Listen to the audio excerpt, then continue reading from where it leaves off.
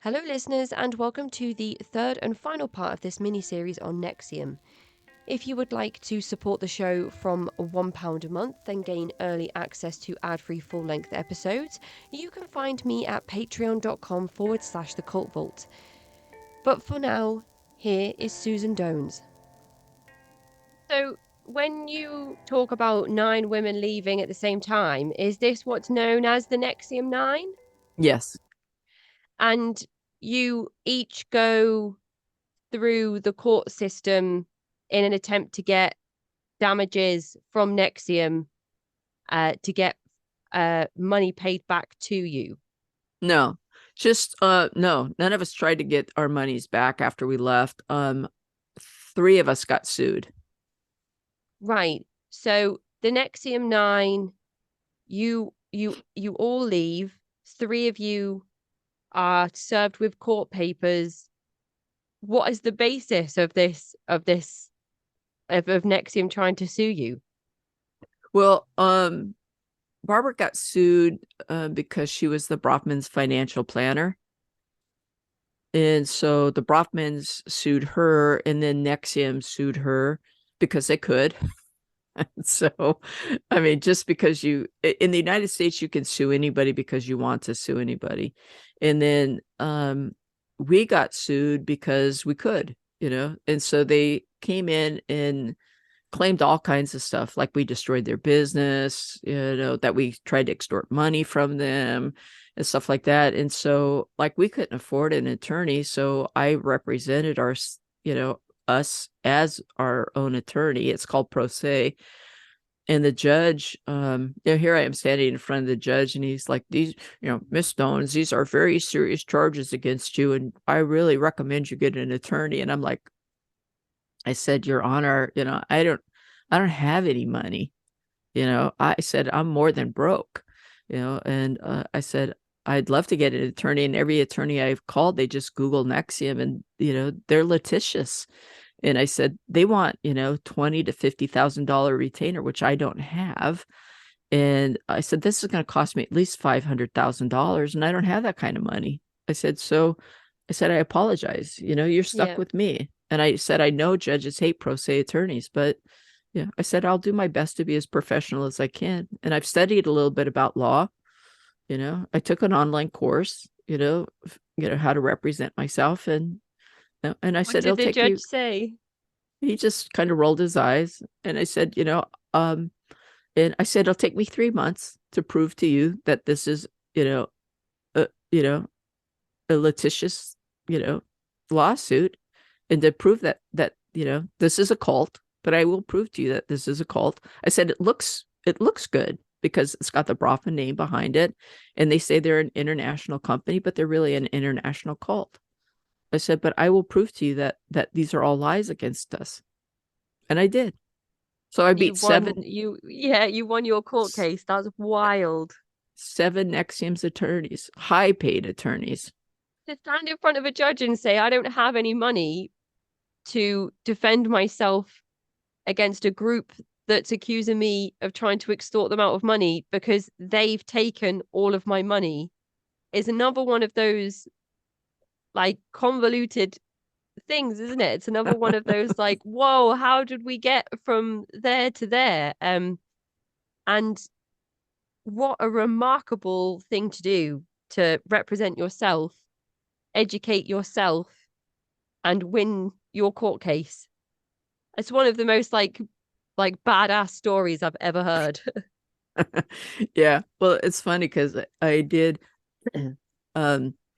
I called Rick Ross's attorney, Peter Skolnick, and then another guy, his name is Joe O'Hara, and neither one of them could represent me, but they said, well, we'll do our best to help you, because like I didn't know how to have a form to even write.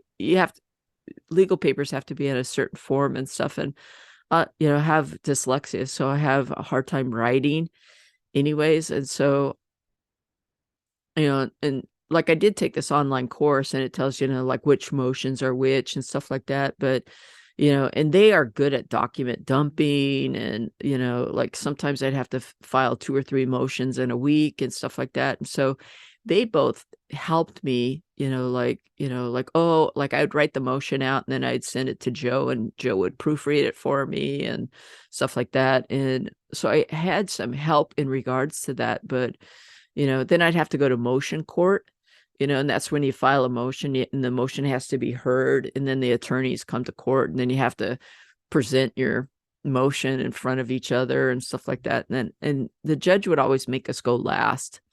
And I could never figure out why the judge would make us go last. And then we'd sit there, you don't have to show up, and then you have to find out where your name is on the calendar, kind of thing. And I'd be like, gosh, we're last. And this friend of mine, he's actually from New Zealand. He would come with me and we'd sit there and I'd be like, oh, we're last again. And his name's Andrew. And we'd sit there and and then we'd have to watch all these other motions go. And I'd be like, God, why does he always make us go last? And then finally one day it caught on to me. And I leaned over to Andrew and I'd say, I know why we go last, Andrew. And he'd be, why is that? I go, because the judge doesn't want to poison his court with NXIVM's games, because they would just play all these stupid games in court, and they would lie to the judge and stuff like that. And I'd catch them in all these lies. And that's the one good thing about representing myself, is I knew all their lies, where an attorney might not know that. And so they would say something in court and I'd be like, Your Honor, blah, blah, blah. And then the judge would have his clerk look through old documents that they'd already presented. And I'd catch him in a lie in court and he'd be like, oh, you're right, Miss Stones, blah, blah, blah. And so I caught them a lot of times with their pants down in court. And that's what got the judge into believing that they were not up front. And, is when you catch them in lies. And then they filed a subpoena for my emails in my phone records. You're supposed to give 2 weeks notice to do that. And they didn't know that I knew that. Right. And so they filed a subpoena to get my phone records and my emails. They served me on a Friday. And the subpoena was supposed to be to my for my email records and my phone records on a Monday. Well, I filed a motion to quash because I knew what that was. So then I filed a motion to quash, an emergency motion to quash, and that pissed the judge off that they did that to little pro se me, right? And so then the judge, that pissed him off, and he said, you will not file another subpoena in this court until you come through me first. Wow. So anytime they served somebody to depose them, they had to go through the judge. So I knew who they were going to try to depose. And then I'd call that person and say, hey, you're going to get a subpoena to be deposed. And so this friend of mine, her and her husband just went on an extended vacation, so they couldn't depose her. They were retired. After your court battle and victory. Well, I mean, yeah, victory. How did that happen? It's not like a case with a jury. It's a case where the judge decides the outcome of the trial. Well, I could pick both, but I decided I was going to put my faith in the judge because he knew the law better than a jury would. And I didn't know if the jury would be swayed by the Brofman name. Right. But yeah, but Claire Brofman came out. She was NXIVM's witness. And I don't know why they sent her, but like I had her all over the courtroom, she wouldn't answer a straight question, and then I would ask her a question. She'd be like, well, he's a fan God. And I'd be like, what does that have to do with anything? I'd be like, why did you send her out of anybody? Do you remember what the judge said to you on the day he made his decision? Well, he just did a written decision and sent it out. So it was right, 27-page decision. One thing he did say is that he said, he did mention that he didn't use the word anger. He used another word that, that I obviously had some anger, which I think was justified. They jerked me around for 9 years. They threw me into total bankruptcy, that kind of thing. And, of course I was angry. The verdict and the victory in court, was that able to help you pay back some of that debt that you had? No, my debt got wiped clean. Yeah, because And that was yeah, the ruling from the court. yes. Yeah. So my debt got wiped clean. But the other thing that came out really good in that court case is that they tried to use their confidentiality agreement as a weapon against people. And the judge said that the confidentiality agreement only took place when people were in class and they wore their sashes and the mission statement had been read. So they couldn't use their confidentiality agreement in any other case. So, like if I was having a side conversation with Nancy, like at her house, they couldn't use their confidentiality agreement in a case like that. So they couldn't use their, and so that was a precedent setting decision that he made that went towards anybody in NXIVM. So the thing is that he set that up so that they couldn't use their confidentiality agreement against as a weapon against anybody else because this was done in federal court. So this judge, do you think that he's anticipating further court cases that would involve NXIVM? Well, NXIVM doesn't exist anymore since because Keith was when he was arrested and tried, the DOJ took ownership of NXIVM. The case against Keith Raniere, where he was found guilty, did And that Nancy trial was happen before or after your trial? um Your court case, sorry. no, it took place before. My trial was in 2010. So the judge made that decision so that anybody after me, up until the time that NXIVM was dissolved, they could no longer use their confidentiality agreement as a weapon against anybody else. And I think that, like, when we had to go to mediation before we went to trial, and when we went to mediation with a judge up in Seattle, another federal judge. And the judge in Seattle, when we went to mediation, she kept us separate from. I think I know Claire was there, and then the attorneys in Seattle, and we got there early, and so the judge put us in a room, and she had a stack of papers, folders of papers, and she said, I've studied this case pretty intensely. So she says, I think I have a pretty good idea of what's going on. She told us that. And she said, I'm going to keep you guys separated because I don't think it's a good idea to put you in with the plaintiffs today. So I'm just going to go back and forth between the two rooms. And I said, okay. And she said, I just think it's better for you ladies to not put you in with them and stuff. And so I think the judge there, in my opinion, I mean, I don't know, I'm speaking for the judge because she never said anything beyond that, but I think the judge had a pretty good idea that the case was bogus to begin with, and we didn't reach any agreements in the mediation. In my opinion, they just, they asked me to lie about lying. They wanted me to say that I lied about everything that I said about NXIVM. And I told the judge that was mediating, I said, so they want me to lie about lying? They want me to say that I lied about everything about NXIVM? I said, that's a lie, And I said, I'll take my chances in court, It's just like, I can't do that.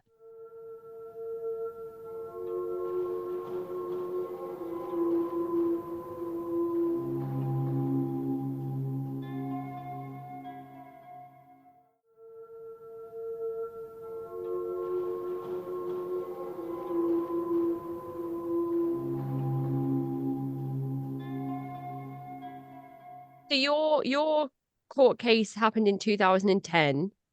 Are you aware at this point of the allegations against Keith Raniere? Have you heard from some of those women that were involved in DOS, like Sarah Edmondson? Are they Mm-hmm. speaking to you at this point? Right. So Oh, yeah.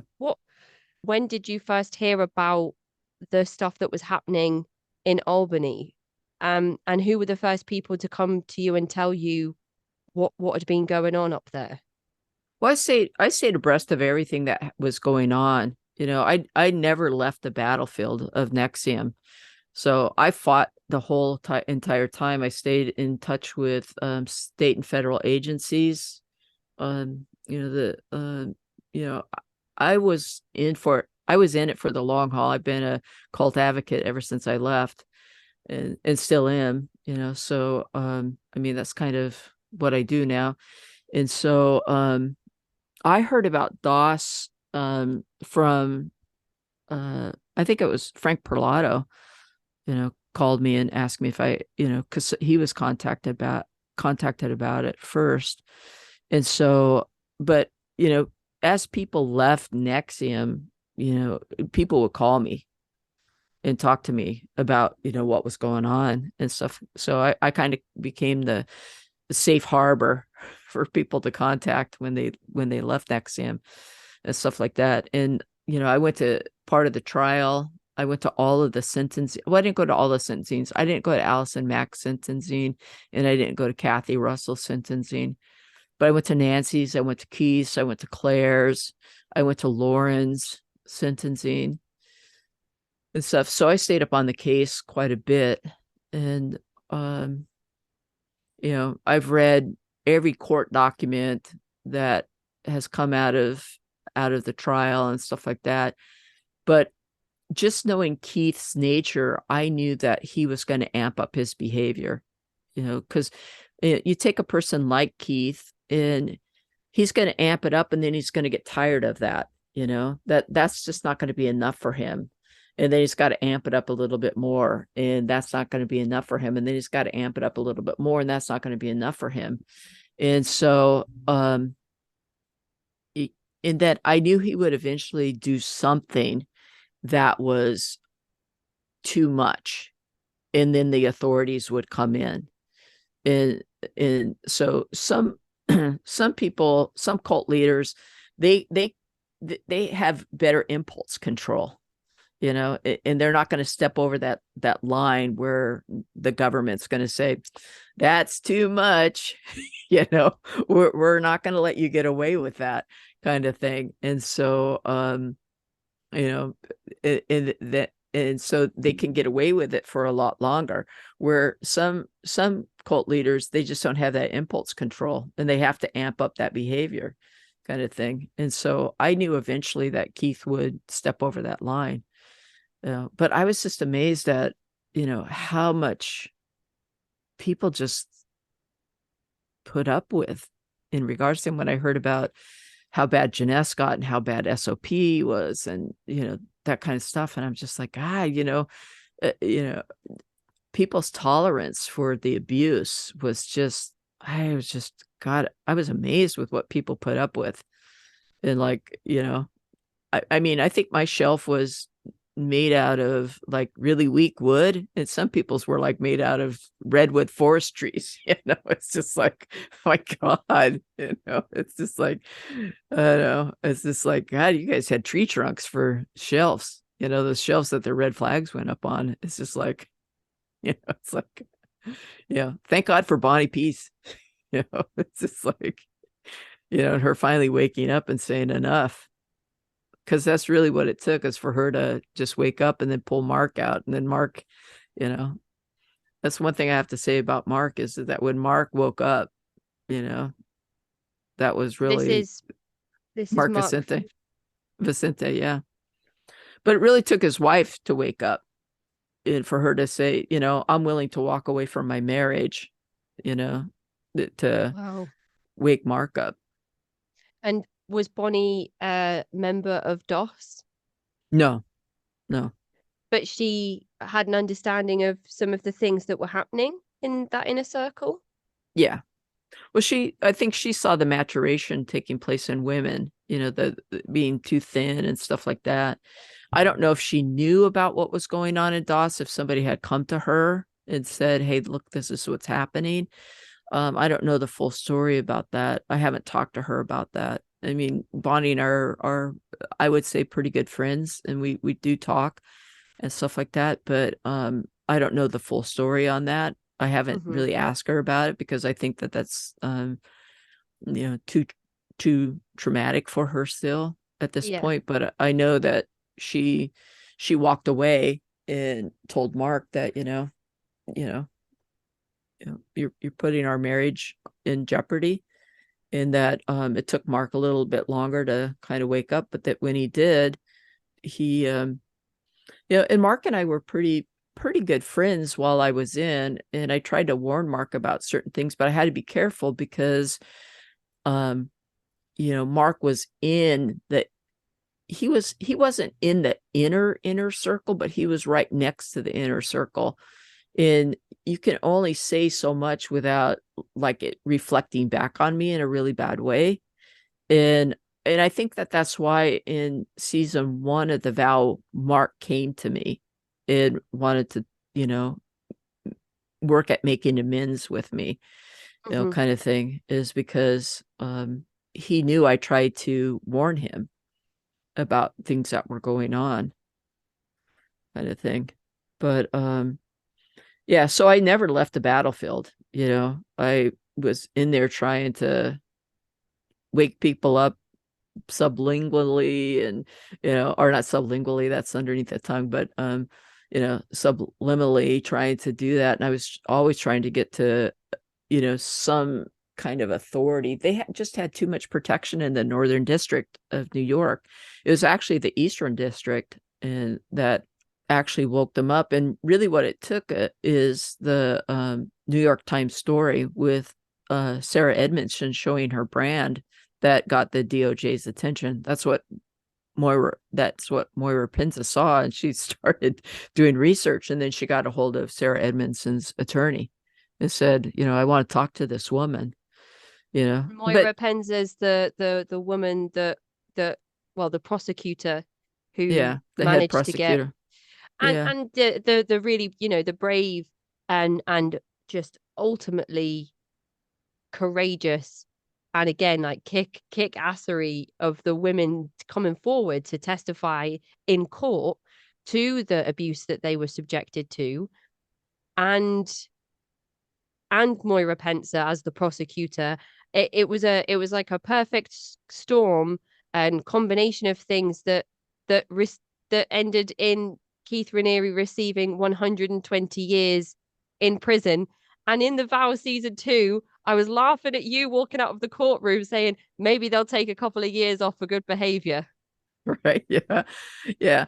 Well, it's funny because there was so many moving parts in the whole takedown of Keith, you know, in there was no one person that took down NXIVM. There there it was a village that took him down, really. And so it's funny because somebody, people will say, oh, it was Catherine Oxenberg, and it was Sarah Edmondson, and oh, it was Mark Vicente. None of those people are stepping up to the plate saying, oh, it was me, but it's people in the background saying, oh, it was it, but none of those people say, oh yeah, it was me that did that. And it's like no one person ever says that. It was a whole village. I mean, the FBI called so many people. I got called several times by the FBI. Everybody got called by the FBI, that kind of thing. And so, it, there were so many moving parts because it was a RICO act. They could go way back into different aspects of what was happening, that kind of thing. Like I couldn't leave the country without calling the FBI because there were charges pending against me in Mexico. Myself, Barbara Boucher, there were several of us that had charges pending against us in Mexico. So like we couldn't leave the country without calling the FBI because, we didn't want to get hauled into the consulate in Mexico, because then if we got hauled in there, we could get taken down to Mexico. I don't want to be in a Mexico prison. I didn't do anything in Mexico, but Keith, through some of the people in Mexico, charged us with extortion and some other things that we didn't do in Mexico, but that's what they did. So hopefully now I can, those charges have been taken care of. If the people in Mexico that left NXIVM have cleared those up, then hopefully we can, but I'm not going to Mexico because I don't know if they've been cleared up, Yeah, and I Keith would still, I would not be taking any chances myself, I don't think. yeah, yeah. So Mexico's off my travel list, but he still has other people down there that could, you know, put other charges against us because, I'm not a fan of Keith. And so I speak out. I don't really speak out against him. I just inform people like, oh, Keith has filed another civil suit, against the Mm. BOP. But they think that that's bad. His followers still think that that's bad that I mention anything about him. So NXIVM itself is now a defunct like corporation, but Keith Raniere himself does have devotees, followers, believers, supporters, of various degrees in various parts of the world, which is interesting. Um, I can understand how and why, but I still do think it's interesting. And you mentioned that nobody is stepping up to the plate to take responsibility or recognition for the takedown of Keith Raniere and NXIVM. But Sarah Edmondson has published her memoir Scarred and hosts a podcast named Mm-hmm. A Little Bit Culty with her husband, Mm-hmm. who was also a former member of NXIVM. And Mark Vicente has had a hand in creating documentaries that expose and and and highlight NXIVM and Keith Raniere's abuses, and also has a podcast called What the Fuck is on My Mind, Mm-hmm. or WTF is on my mind, where he discusses his thoughts on the Vow season 2 and other things NXIVM related, which is interesting. And you also have your own platform that you are using for your own sort of, well, some people have mentioned that Sarah Edmondson's and and Mark Vicente's work is to give back to the people that were harmed by their complicitness in NXIVM, and they have I think spoken to that as well. Um, but also it's to educate and educate people about cults and coercive control, and to prevent that from happening to others. And your platform has a similar mission statement, but it's also kind of educational, recovery based. So I wondered if you could just tell the listeners all about the work that you're doing, and where they can find it, and what your plans are for this work in the future. Yeah. Well, I started a website, and it's about survivors of trauma recovery. And so I'm gonna do some podcasts in the future. I'm not really set up to do that. And so I will be doing some podcasts of cult survivors in the future about that. But I'll also be doing some recover some recovery of trauma victims, because I think they're a lot hand in hand in regards to that. But I'm also going to do some um, some stuff around healthy living, because I think a lot of times when people uh, leave cults, a lot of times we have a tendency to not take care of our health in regards to that. And that's a big thing, because there's a lot of stress involved in being in a cult, and there's a lot of stress involved in cult recovery. And so I'm going to do some stuff in regards to stress and health, and then healthy living in regards to eating and taking better care of our health. I know when I left, and you see that in the vow, where I'm in the vow, I actually put on quite a bit of weight, that kind of thing. And so I since have lost most of that weight and stuff, and take better care of my health in regards to that. And being a healthcare provider, I think it's an important thing to take care of our health. And then I have another project where I want to create a thing for people who are involved in legal action, and that's pretty much in a very infancy state. But I've talked to several solicitors and attorneys that find it kind of a brilliant thing where a lot of people, when they leave cults, they want to become therapists.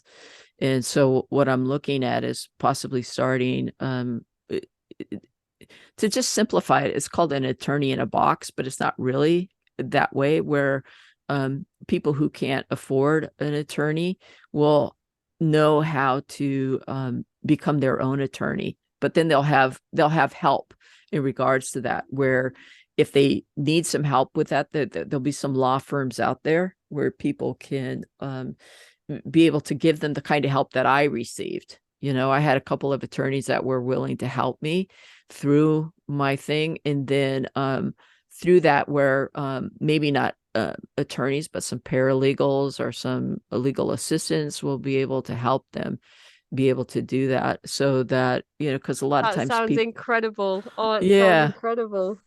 yeah. So that's just it's kind of just a baby project, but I want to be able to do that, and then be able to help that. Uh, I really want to turn it into an international program, so that, I mean, I don't know, in some countries if you can represent yourself, but I don't want people to feel like if they're being threatened by a cult that they don't have help somewhere. That sounds absolutely incredible, to provide lay people with the tools needed to represent themselves in court to fight against the the big guys with the big lawyers and the dirty tactics. And I think that is going to be such an incredible resource. I'm really excited to see where that goes and what happens with that, and a podcast as well. And we'll have to keep up to date with all of the stuff that you're working on, so that we can let the listeners know where all of this is happening and where they can tune in, and where they can Mm-hmm. access your resources and get help. And what amazing things that you're doing, Susan. Oh, it's just Yeah. it's exciting. Do you feel like you found something that will help you continue to recover from your experiences? Oh yeah. Well, I did a lot of therapy. Gosh, I was in therapy for a long time. I'm not actively involved in therapy right now. Although I can see my therapist, not whenever I want, but I can make an appointment to go see her if I need a little tune-up kind of thing. But you know, it took me a while to find a therapist that I gelled with. I don't think therapy is a bad thing. It's just finding a therapist that is a good fit for you, that kind of thing. And then, I'm constantly looking for um I took some of Yanya Lollige's online courses. Right now they're on a break from that, but I found those to be beneficial for me. And then you know that they also have an online support group that's available. I think I'm going to start working with her on her online courses. I mean, her online support groups kind of thing.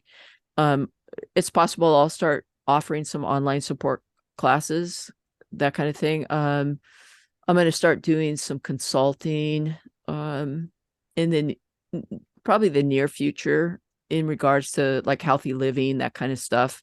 And I'm always looking for resources. The other thing I offer on my website, if people want to do a blog on their story, that I offer that. I have a couple of people that have done their own blog posts on their story. I have a woman, she just sent me her third part of her story in regards to that. To make that available. There's only so much you can tell about your story on Twitter and social media, that kind of thing. So I've made that available for people as a platform to be able to tell their story, that kind of stuff. And so my my website is a survivor's website. It's not just my website, and I'm open in the in the future to change the website. I just did it under my name so that people would it'd be a place that people could recognize. So I'm not against in the future changing it to a different name, because you can do that and point it to any name, that kind of thing. But so that's why I opened it, is I opened it to be a survivor's website, a survivor of trauma's website.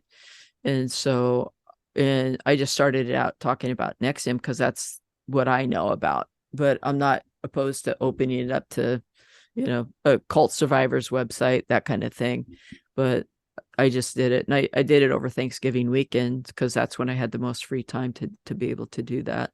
So, yeah, I just did it so people would have a platform to, because a lot of people are like, this is mine, it's mine, kind of thing. It's mine, but mine is yours, kind of thing. That's how I feel, because not everybody wants to start a website. Not everybody wants to, do their own podcasts and stuff like that. So, um, and somebody said, "Oh, you're starting a community," and like, I don't want people to think I'm starting a community because, we have such phobias about being involved in a community, kind of thing.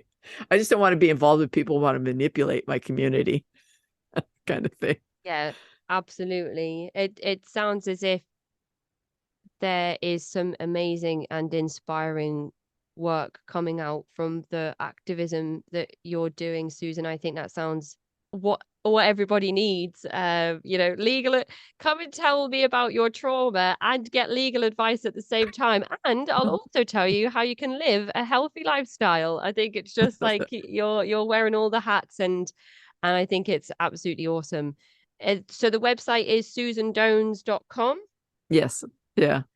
And I'll make sure I put a link to that in the episode description, and also keep the listeners up to date with any of the changes and progressions that you're making with these various projects, in case anyone ever has a need to access any of them or just wants to see what it's all about. So that brings us to the end of our conversation. There's hours and hours and hours and hours more that we could talk about. I mean, we've really not even scratched the surface of your experience, but also of the whole subject itself.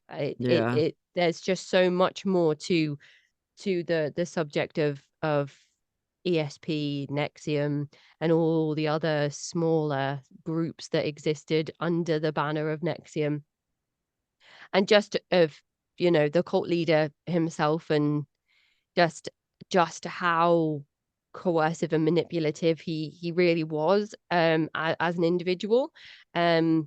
But now Well, he's in yeah. prison and he gets punched in the face and all sorts. So Well, and life's Nancy not as, too. I mean, Nancy Salzman just flew under the radar with the whole thing, and so yeah, she's just as manipulative too.